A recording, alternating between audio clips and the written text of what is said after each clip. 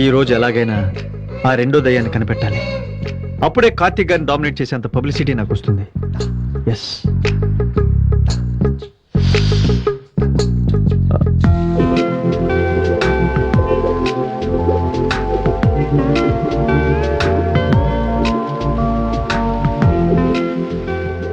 ఇన్నాళ్ళు ఇక్కడ ఎవరు లేరనుకున్నానే. ఇంత అందమైన అమ్మాయి ఉందా?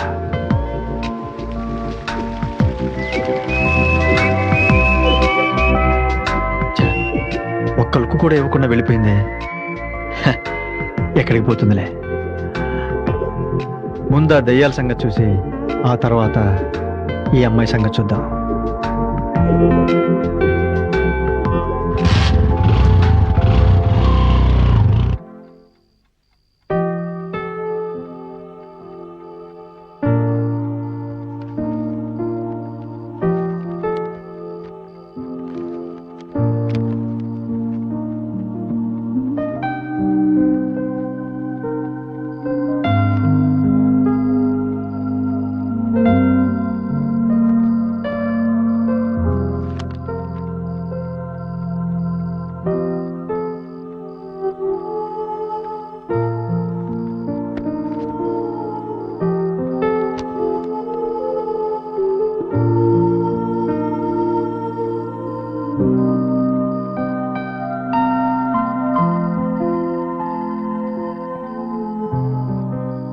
ప్రియని చూస్తుంటే చాలా తెలివైన అమ్మాయిలాగే కనిపిస్తోంది.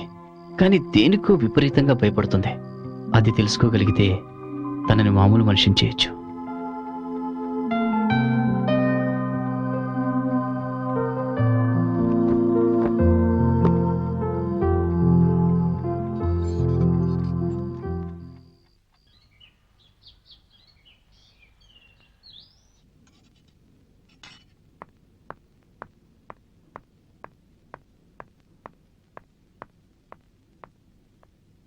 ఇంకా తినలేదా?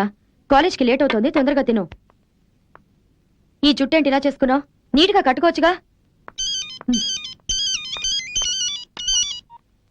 హలో, చెప్పండి. అగ్రిమెంట్ ఫామ్ మీద తనతో సైన్ చేయించి తీసుకొచ్చేయండి. ఆ పేపర్స్ ఇప్పుడు అవసరం లేదు, మీరు టైంకి వచ్చేసేయండి. No problem. అవును, లీగల్ ఒపీనియన్ నిన్నే వచ్చేసింది. మీరు తొందరగా వచ్చేసేయండి. నేను 10 minutesలో అక్కడ ఉంటాను. బాయ్.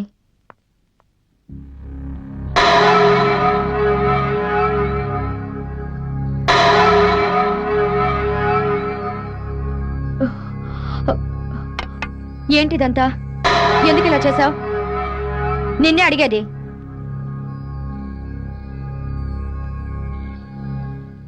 నేనేం చేయలేదమ్మా. మరెవరు చేశారు ఇదంతా? నీ ఫ్రెండ్ వచ్చినట్టుంది, కాలేజ్కి వెళ్ళు.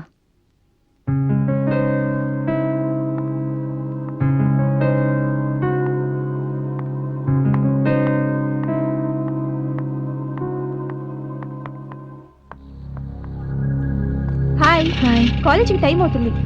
పద.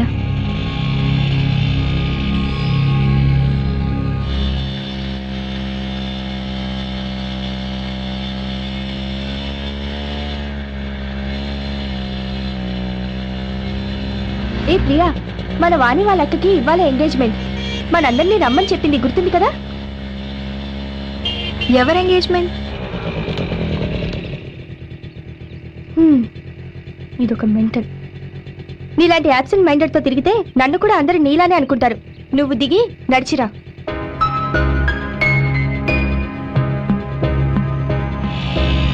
కాలేజ్లో అందరూ నన్ను యాబ్సెంట్ మైండెడ్ అంటూ అవాయిడ్ చేస్తుంటారు.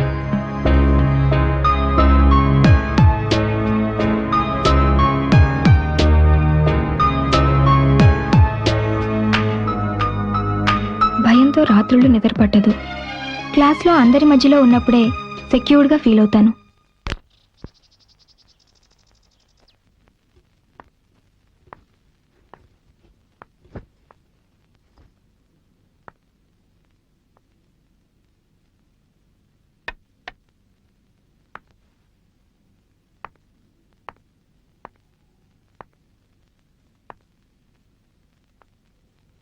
ఎందుకమ్మా మార్నింగ్ అలా చేసి నా మూడ్ ఆఫ్ చేశావు? నువ్వు వెళ్ళాక నీ గురించి ఆలోచించాను. నువ్వేదో ప్రాబ్లంలో ఉండి బాధపడుతుంటే నేను కూడా నేను అర్థం చేసుకోకపోతే నువ్వెవరికి చెప్పుకుంటా? ఈరోజు నాకు ప్రమోషన్ వచ్చింది. నువ్వు వెళ్ళి ఫ్రెష్ అయ్యరా.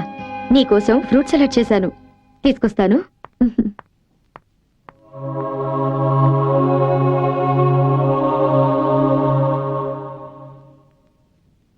నీకున్న ప్రాబ్లం ఏంటో తెలుసుకోవడం సైకియాట్రిస్ట్గా నా డ్యూటీ. నువ్వు చెబుతావా, నన్నే తెలుసుకోమంటావా? సరే, నేనే తెలుసుకుంటాను. నాకు మైండ్ రీడింగ్ కూడా వచ్చు.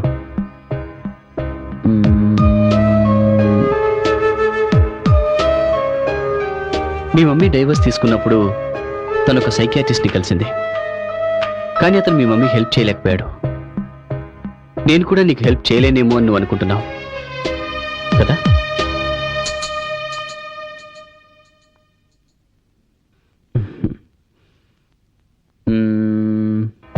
నీకున్న ప్రాబ్లం గురించి ఇప్పటివరకు ఎవరికి చెప్పలేదు, రైట్?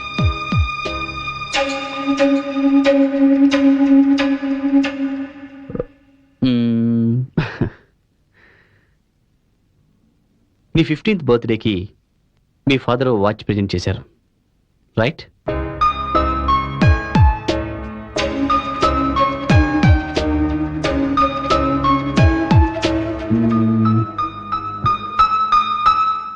మీ పేరెంట్స్ డైవర్స్ తీసుకున్న తర్వాత కూడా మీ ఫాదర్ అప్పుడప్పుడు నిన్ను కలుస్తూ ఉంటారు కదా? లేదు, ఆయన నేను మర్చిపోయాను. ఓకే. కాలేజీలో నువ్వంటే మీ లెక్చరర్స్కి చాలా ఇష్టం.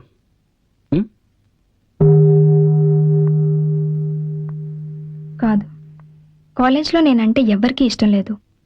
ఒకసారి డ్రాయింగ్ కాంపిటీషన్లో ఉరి తీయబడిన మనిషి బొమ్మ వేశాను. అది చూసి అందరూ నన్ను తిట్టారు.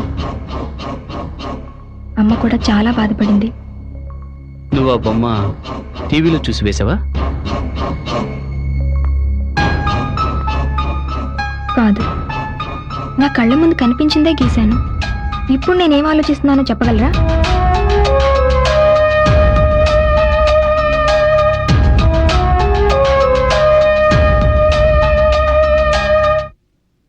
నువ్వేమీ ఆలోచించట్లేదు.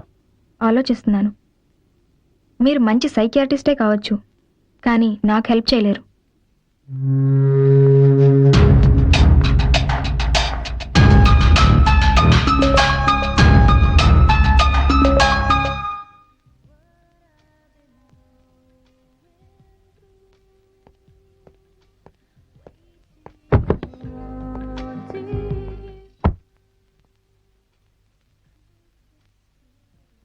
Anything else, madam? No, please get the bill. Thank you, madam. చెప్పు. Yeah, thank you so much. నా బర్త్డే గుర్తుపెట్టుకున్నందుకు చాలా సంతోషంగా ఉంది. Bye, catch you later. Happy birthday Anjali. మనం ఎవ్రీ ఇయర్ లంచ్ చేసే ఈ రెస్టారెంట్లో ఉంటావని డైరెక్ట్గా ఇక్కడికి వచ్చేసాను. నీకు నా మీద కోపం తగ్గింది అంటే ఇట్టించిటే షాపింగ్కి వెళ్ళి నీకోసం ఏదైనా మంచి గిఫ్ట్ తీసుకుందాం. సో నా మీద ఇంకా కోపం పోలేదన్నమాట. అంజలి, ఒక కేసు ఫెయిల్ అయ్యి అతను చనిపోతే ఆ చావుకి నేనెలా కారణం అవుతాను? It's just an accident. Come on.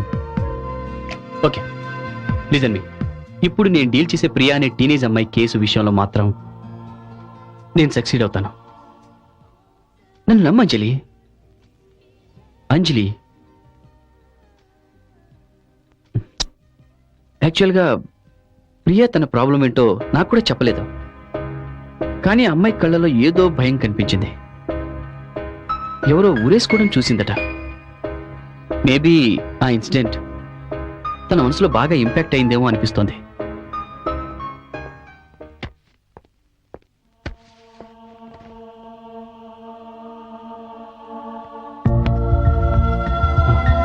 Anjali,